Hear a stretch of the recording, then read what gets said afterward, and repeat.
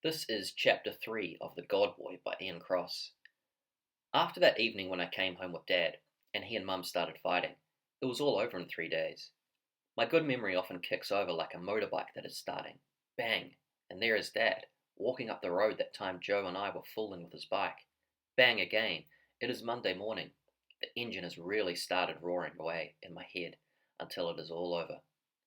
I got up Monday morning at my usual time, about 7:30, and could hear Dad moving around upstairs, his feet like bumps on the ceiling of my bedroom.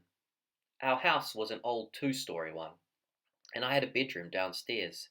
It was a funny place for a bedroom, and originally wasn't meant for that purpose at all, I believe, but I didn't mind. I actually liked it there. You could hear the noises of the house and the sea better there than anywhere else. Dad and Mum slept upstairs, and so did Molly, though she was away at school then, of course. Everything was a little old, except that furniture in the lounge. The wallpaper, the big brass vase on the wooden stand at the end of the passage, the high ceilings that were stained in a few of the rooms, the worn carpet on the stairs with the banisters shaky in one part, and the floor in the kitchen that creaked when you stood near the window. It was really a great place, and the few times any kids from school came home with me, they thought it was wonderful too. These new houses they built now, they're nothing. I'd have liked to have brought some of the kids home often, except that I was worried about something going wrong. Like that time I came home and Mum was sick, not letting me upstairs.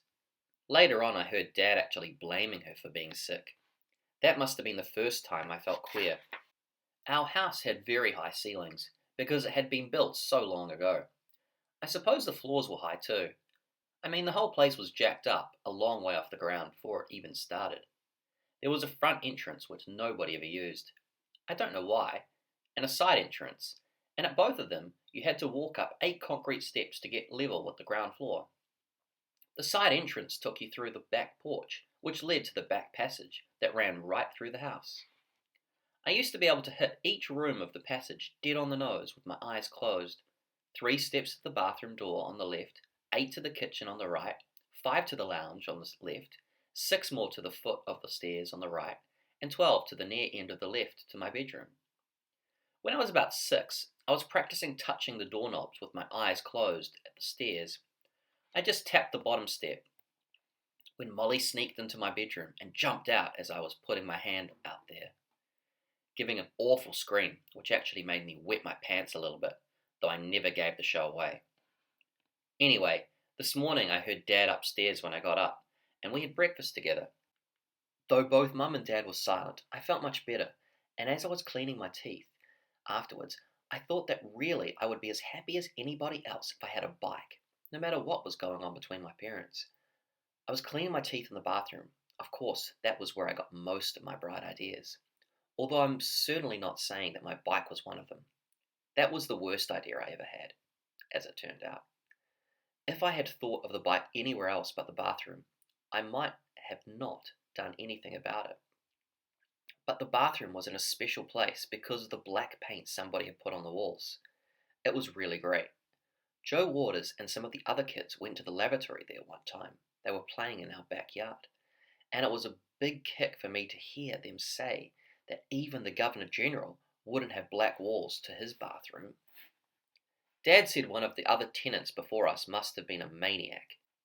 Anyway, all the walls were painted this deep dark colour that made the wash basin, the lavatory bowl, and the bath itself look so darned white. And with the red linoleum that Mum put down on the floor, the whole place was pretty interesting on the whole. The bath was one of those jobs that stood on legs that looked as though they might have come off a bandy lion. I was the only one that knew you could take the leg off the near side, though it made no difference. I ducked in and whipped it off once before Molly had a bath, thinking that with her splashing around and all the water swishing, the bath might tip over, and I'd be one up on her. But nothing happened. So it was in the bathroom that I thought that if I had a decent bike of my own, nothing would matter much. I called out to Dad to wait for me, dashed up to the bedroom and grabbed my school bag, ran back to the kitchen where Mum looked at me carefully. She was big and tall and solid, yet with a thinnish face that looked as though it didn't suit her, if you know what I mean. She really wasn't the thinnest type. "You're a grubby little speck, Jimmy," she said. "Just look at your clothes. I'll have to give you clean ones for Father Gilligan tomorrow." I couldn't help grinning at her, because no matter how she complained, I knew she was glad of the excuse to put me in clean clothes from the top to bottom. I didn't mind putting up with being so darned clean, because she got a great kick out of it, and I would see her looking at me as if she was enjoying herself. She put her hands, they were big and strong hands, on my shoulders, and pecked me on the cheek. "Behave yourself," she said. "The sandwiches are cheese and egg." She always said that, except that the cheese and egg wouldn't always be in the sandwiches. I caught up with Dad at the gate, and together we set off down the road. He had his dark blue suit on this time, but bowled along at a fast clip. I wanted to ask him about the bike, but I couldn't for his talking. He seemed quite worked up, and was giving me the old story. Golly, I knew it by heart. His life story almost, and an interesting story, yet not when you hear it so often. "Your mother hasn't been much help to me, Jimmy," he said, "but I'm not done yet. We Sullivans are not your ordinary common or garden Irish, no sir. Things haven't always been this way. Our branch of the family are high up. You should know that." It was a fine morning, the sun running sideways down to us, the air fresh and clean, so I skipped along, knocking at my school bag with my knee, not listening, hardly. I knew what he was saying, without having to listen for anything except for when he stopped. "Sullivan is an Irish name, but we're a British branch of the family. Family went to England from Ireland and made money there. Merchants. Not many Irish can do that. Then your great-grandfather came out to New Zealand and went farming. We were big people before the First World War, long before you were born." That was what got me. All this before I was born. It seems to me that if something happened before you were born, you shouldn't let it worry you too much, unless it is history. "You know, Dad, when I turn off, I have nearly another mile to walk, and you're almost at work," I said. "My father was well up too, Jimmy, district chairman of the Farmers' Union, and nearly a member of Parliament," he went on. "I would have done all right too, son, if I wasn't for the depression. It was bad luck, that was all. With this arm, I couldn't go farming. You realize your old man owned a couple of racehorses in the 20s. Travelled right around the country doing the race meetings. I was a wealthy man. And people, good people, I knew plenty of them. An Englishman, an aide to the Governor-General. He was one of my best friends. Then there was the slump, and that was that. And then I never did get a chance with that hotel in Wellington. Damn bad luck, that was all. I wasn't always a tally clerk. Don't think that of your father." "It's a long way for me to walk," I said. "Your mother never helped me, Jimmy. I want you to know that," he said. "She was always pulling me down, never helping me, telling me I was no good. She wouldn't have anything to do with my friends, and they dropped me. That was the reason why, and I had nobody to give me a helping hand when things went wrong. She pulled me down, and you'll have to know that to understand some things."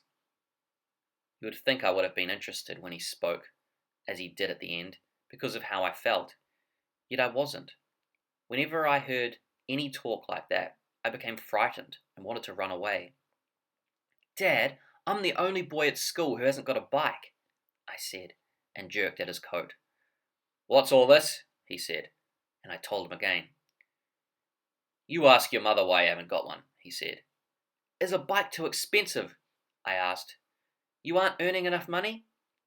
I was still half thinking of what Mum had said months before, and the words were hardly out of my mouth when he grabbed my shoulder and twisted me around. He stood looking down at me and looked as though he was going to blow up.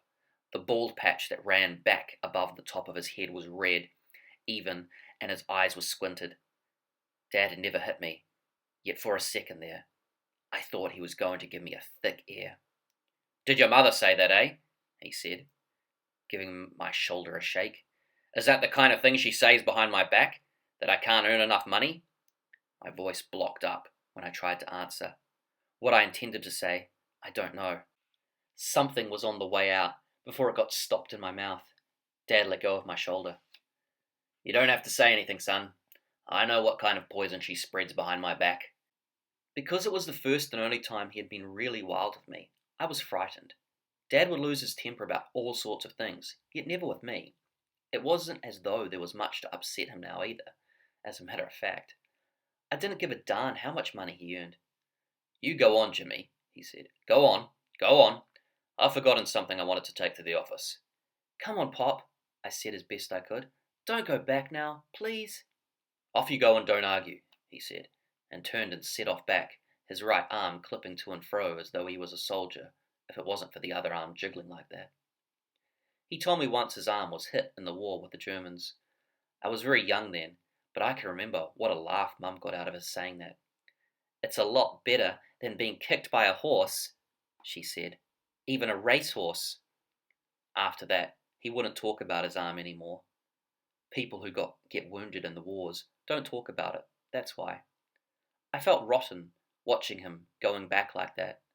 It was like the time that Sniffy Peters and I started a small fire on Beach Street.